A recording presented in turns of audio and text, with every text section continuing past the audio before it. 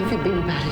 I went through a dark time, going through depression and going through all this madness, and I just got to a point where I was like, I need to make a film. I need it. If I don't make this film, I'm gonna go crazy. I'm gonna die. I just need to make something really creative. And I have all these different scripts and everything. And the one day I got this idea for Fry Barry the feature, and I wrote a scene breakdown in 3 or 4 days, and I got this idea for the whole film.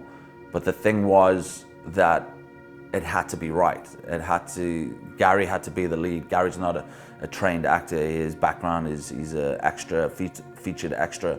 So the story had to be right. Everything had to, just be shaped around Gary to make it work.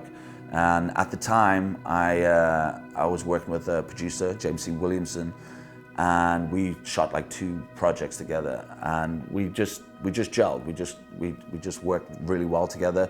We've never been in it for the money. He's just like me. We just want to make cool, creative stuff, and we want to make what we want to make. I first got involved with Fried Barry when Ryan Kruger called me up one day, and he said, "I've got an idea for a movie, and I want to shoot next month." I'd only known him for a short time, and I basically said, "Okay, do we have a script?"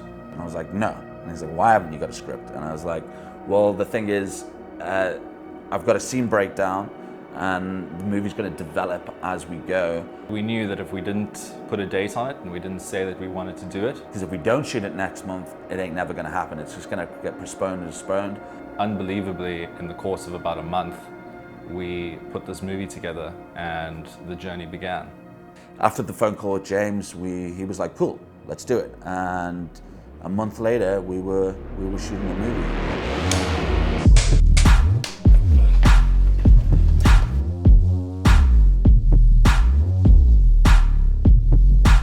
The creative process of making this film was so collaborative, that there was a lot of creativity for me as a director just to go crazy. I needed to make something really crazy out there, and I think Fry Barry is a great first-time director movie.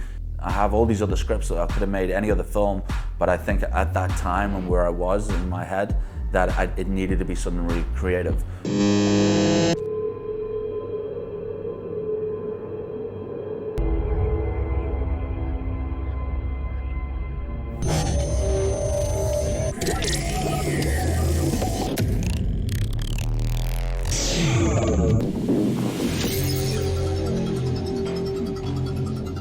So the story of Fry Barry is about a heroin addict that gets abducted by aliens. When Barry returns to us, it is actually an alien inside of his body. And he's just on this joyride. We see the world through this alien's eyes, and we just go on this adventure, and all these random people that he meets. It's almost like a road movie without the cars. There's a lot of drugs, there's a lot of sex, there's a lot of danger, there's a lot of violence. There is a bit of horror in the film, there is a bit of sci-fi in the film, there's even a bit of a love story in the film. It has something for horror fans, science fiction fans, even comedy fans. At the core of it, Fried Barry is a fun, wacky movie, and things get a little crazy.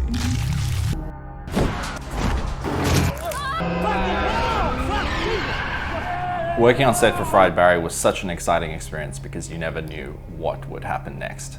Because there's so much improvisation in the film, everyone would be talking about the scene, workshopping the scene, coming up with ideas. It was so collaborative, and I've never worked on a film like that before, and I don't think I ever will work on a film like that ever again. Working with James is such a pleasure. When you're baking a cake, you got to have the right ingredients, and with this film, it just worked, and we both just work so well together, and we bounce ideas off each other. And I mean, this whole film was very collaborative film, and I think having that magic from the beginning, having the right producer is such for a director, is such a big thing. You get there's a lot of trust, and there's a lot of magic between us that we work so well together.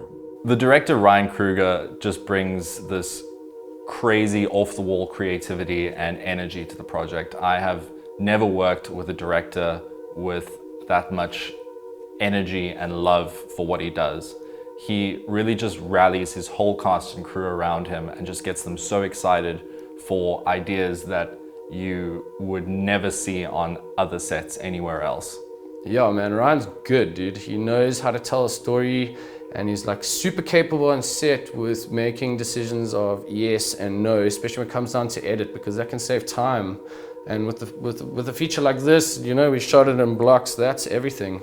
It was a first to work with somebody like Ryan. We do have a certain way on set, and we do challenge each other, but in the right way and with utmost respect. Ryan, I really believe, is one of the most revolutionary or visionary directors to come out of this country in many, many years. It's always exciting collaborating with him on projects, and he is not afraid to think out of the box and be experimental and do whatever he thinks is interesting or strange or exciting. And so that's why I think Fried Barry is going to be a successful movie, just because it's unlike anything audiences have seen before. Ryan, coming from an acting background, is also so in tune with his cast at all times. He knows what it's like to be in front of a camera, and he can communicate with them effectively and just work so well with them. Yeah, Ronald is this rather insane guy who suffers from PTSD and is in this insane asylum, and then Barry arrives. How is it, man? Ronald decides that he's going to help Barry escape. And so, yeah, Ronald basically takes Barry and helps him escape out of this asylum and get back onto the streets.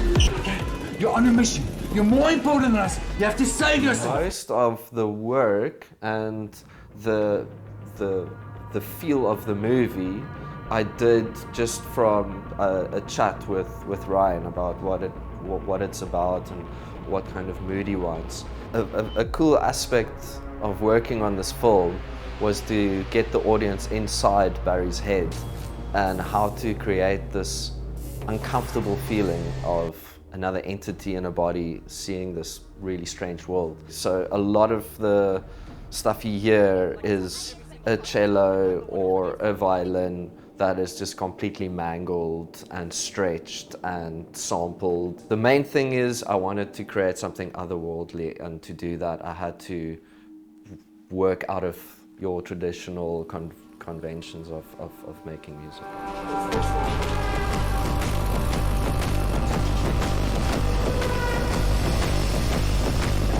I love the process and the trust I get from Ryan. And I think that's why we've done so many projects, and in such like a short time period we can finish it, because we just see eye to eye, and once he approves the world, we can just run with it. So for me it's always a big pleasure.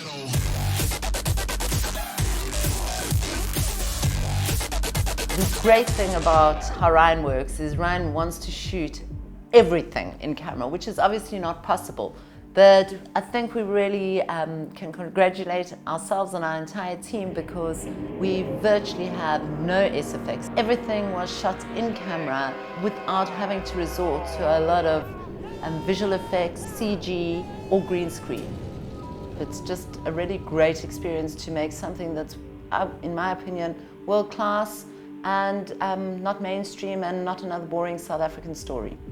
My approach to Fried Barry was very much motivated. We had really cool grungy locations, and the references that Ryan was feeding me were definitely in the 80s sort of cult world. And so we went out to achieve what we would think fitted in with what Ryan had on the script that day and what we needed to. And a lot of the time I felt that the story kind of led me where it needed to, you know. If we needed to go handheld, we kind of felt that we needed to, and we started bringing in obviously the control of gimbals and operating on the wayside, which now that I think about going through the whole motion of the film, it was kind of incredible to witness how characters can motivate the context and the style of the scene. And I'm sure after you watch it, you'll get a feeling of what I'm saying. Look, we're obviously in Cape Town, but we weren't necessarily wanting to showcase what everybody else, the beauty of Cape Town, the beauty of South Africa. The cool thing about the lighting is it was just seeing what Cape Town has and enhancing it. So we chose what we thought were really great locations, very visually appealing and beautiful, but not your mainstream. I had to come up with specific devices. So in some cases I used lensing, especially with Barry, like he had specific distances of lensing that would give him more of a real sort of feel, like you could really feel like you were sitting with him in scenarios. Gary Green, you know, he is Barry. Okay, he's not a heroin addict, but he is this wacky, crazy, eccentric sort of character. I think everybody's got that one film in them. Every actor's got that one film in them that is perfect for them, and he is Fried Barry. Nobody could have done this role better than Gary. When he walked into my studio, like my dogs freaked out. Like that dude's got like a crazy energy. He was just, I think, a perfect natural fit for the role.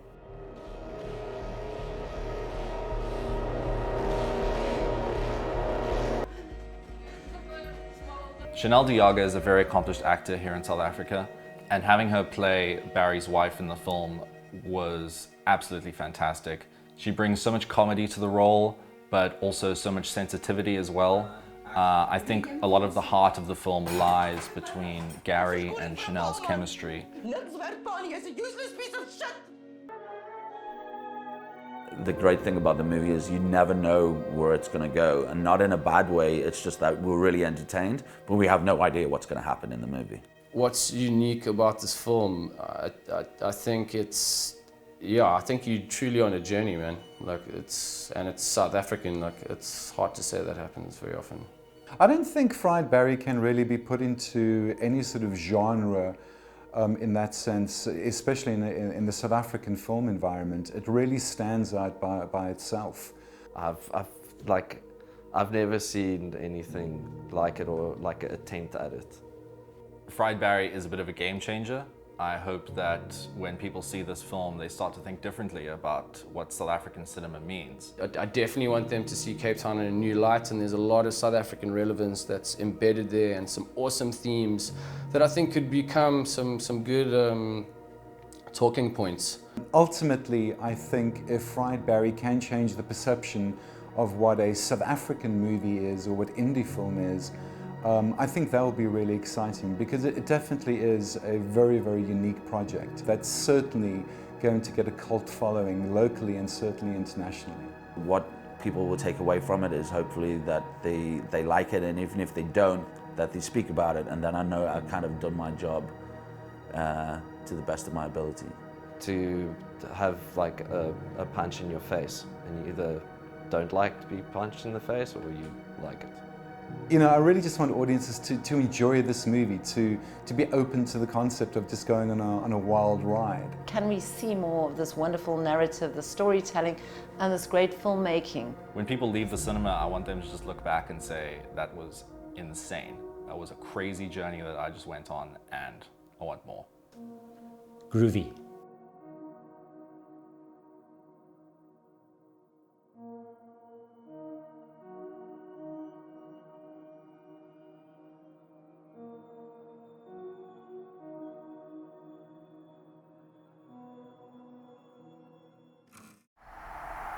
That's a big one. Wow, you big boy.